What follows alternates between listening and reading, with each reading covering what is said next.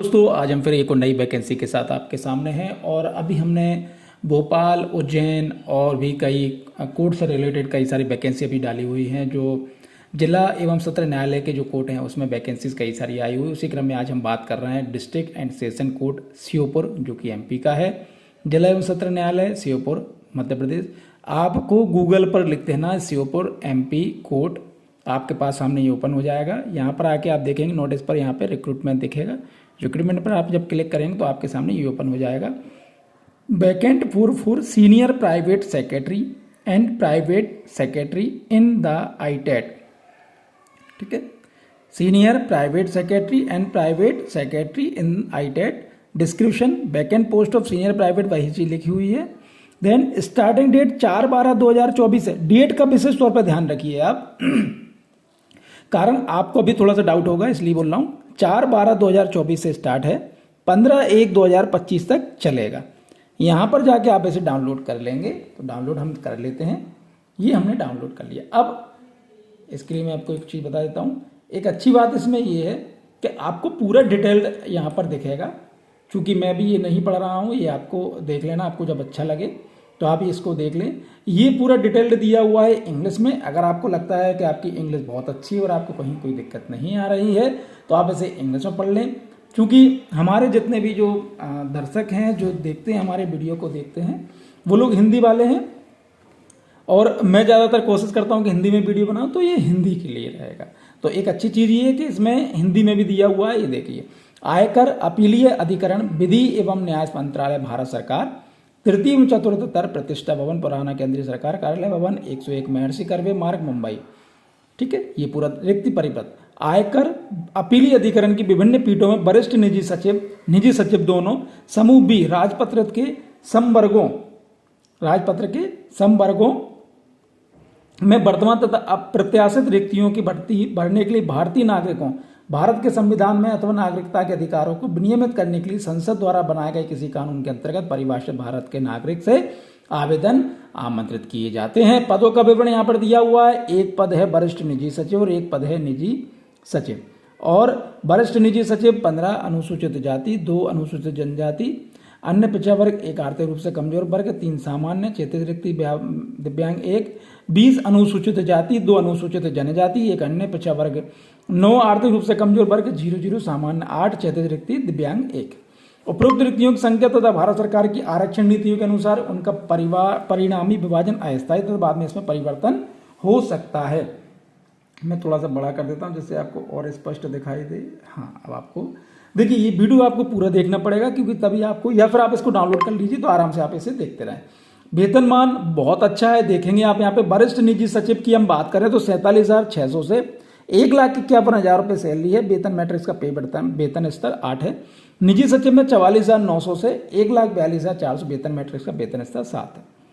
पात्रता एवं अन्य शर्तें, वरिष्ठ निजी सचिव तथा निजी सचिव के पदों के लिए शैक्षणिक अन्य योग्यता निम्नानुसार है। एक बहुत अच्छी चीज है कि किसी मान्यता प्राप्त विश्वविद्यालय डिग्री या समकक्ष, समझ रहे हैं आप, किसी मान्यता प्राप्त विश्वविद्यालय से डिग्री या समकक्ष, अंग्रेजी शॉर्टहैंड में 120 शब्द प्रति मिनट की गति, कंप्यूटर का कार्य साधक ज्ञान, माइक्रोसॉफ्ट ऑफिस एक्सेल तथा पेज मेकर जैसे सॉफ्टवेयर का कार्य करने का ज्ञान। आयु सीमा की हम बात करें तो सभी उम्मीदवारों के लिए पदों हेतु आवेदन करने की आयु सीमा 35 वर्ष से अधिक नहीं होगी। मतलब आपकी 18 से 35 मान लीजिए आप। तो आयु सीमा निर्धारित करने की निर्णायक तिथि रोजगार समाचार में विज्ञापन के प्रकाशन में 45वां दिन होगा।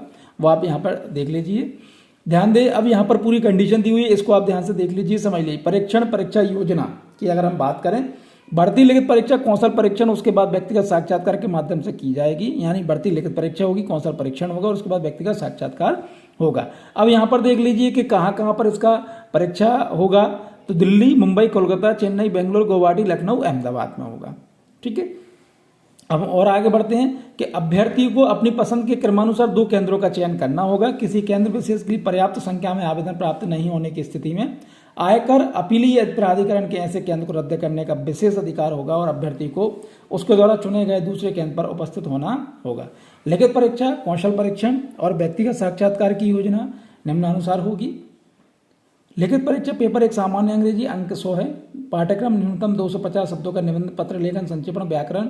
पेपर 2 में सामान्य ज्ञान और तर्क 100, सामान्य ज्ञान, सामान्य अध्ययन, तार्किकता, समसामयिकी। कौशल परीक्षण की हम बात करें सो अंग्रेजी शॉर्ट हैंड @ 120 शब्द प्रति मिनट टाइप अंग्रेजी टाइपिंग @ 45 शब्द प्रति मिनट। व्यक्तिगत साक्षात्कार 50। लिखित परीक्षा सामान्य अंग्रेजी, सामान्य ज्ञान और तर्क के पेपर और कौशल परीक्षण केवल अंग्रेजी माध्यम। अभी यहाँ पर एक चीज देख लीजिए, जो भी चीजें होंगी वो इंग्लिश में ही मान लीजिए आप, क्योंकि लिखित परीक्षा, अब लिखित परीक्षा में क्या, सामान्य अंग्रेजी, सामान्य ज्ञान और तर्क के पेपर और कौशल परीक्षण, यानी सब कुछ इंग्लिश में ही होगा। तो जिनकी इंग्लिश सही हो वो ही आप इसमें आवेदन करें।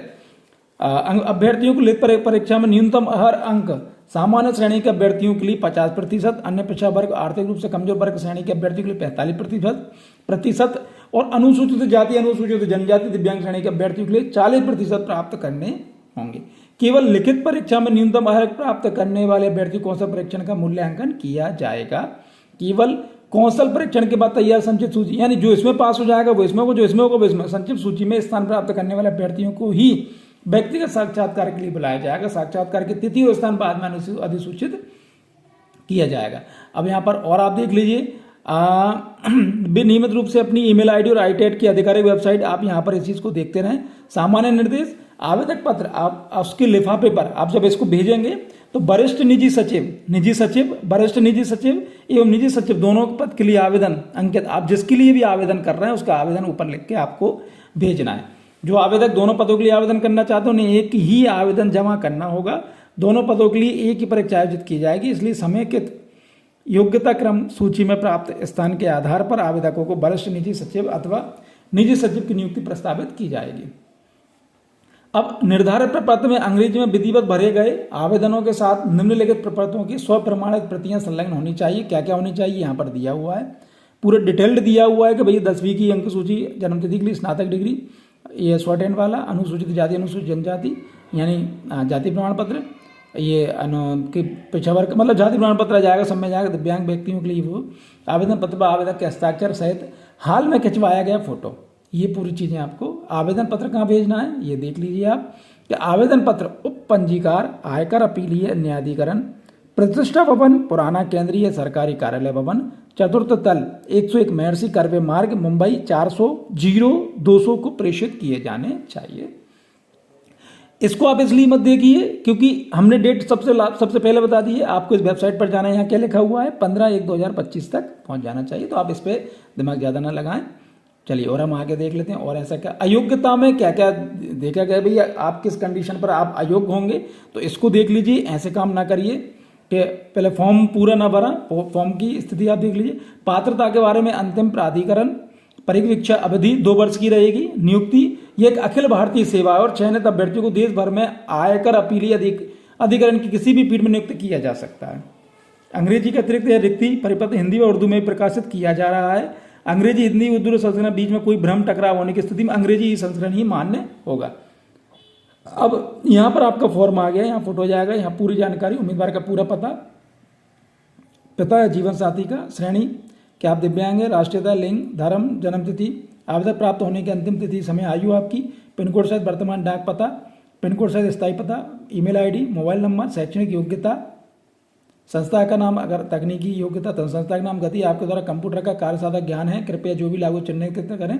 प्राथमिकता के क्रम में परीक्षा केंद्र के विकल्प आप जो देने वाले हैं वो, कार्यक्रम अनुसार रोजगार का विवरण, अतिरिक्त सूचना किसी आप जिसका आप पद के लिए अपनी उपयुक्तता के समर्थन उल्लेख करना चाहते हैं, यदि कोई हो तो आदि आवश्यक हो तो सीट संलग्न कोई सूची यहाँ पर घोषणा जाएगी आपके द्वारा कि भैया ये मैं द्वारा घोषणा प्रमाणित करता हूँ कि इस आवेदन में दिए गए सभी कथन मेरे सर्वोत्तम ज्ञान और विश्वास के अनुसार सत्य और सही हैं। मैं समझता हूँ कि परीक्षा से पहले या बाद में किसी भी जानकारी को दबाए जाने, झूठी या गलत पाए जाने, अयोग्यता का पता चलने की स्थिति में मेरी उम्मीदवारी, मेरी नियुक्ति, भर्ती की किसी चरण में रद्द की जा सकती है।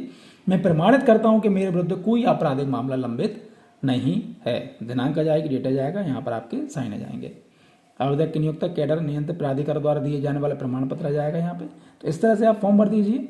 आपको कोई भी डाउट लगता है तो आप पहले इसको पढ़ लीजिए और आप उसके बारे में भी आप हमसे पूछ सकते हैं, लेकिन नोटिफिकेशन पढ़ने के बाद ही आप पूछें। डेट का जो इशू रहेगा मैंने बता दिया है कि आप इस वेबसाइट पर जब आप जाएंगे तो आपको ये ऑलरेडी दिख जाएगा। चलिए बहुत धन्यवाद, थैंक यू।